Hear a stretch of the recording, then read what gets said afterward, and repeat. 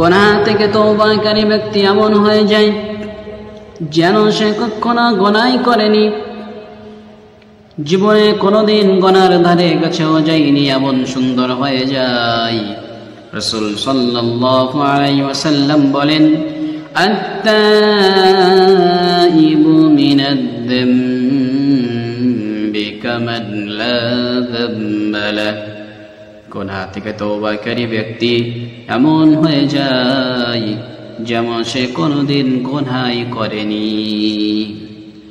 শয়তানের ধোঁকায় পড়ে গুনাহ হয়েছে, নফসের খাহিশ পূরণ করতে গিয়ে গুনাহ হয়েছে, কিন্তু তৎক্ষণাৎ বান্দার অন্তরে অনুশোচনা এসেছে, অনুতপ্ত হয়েছে, লজ্জিত বোধ করেছে।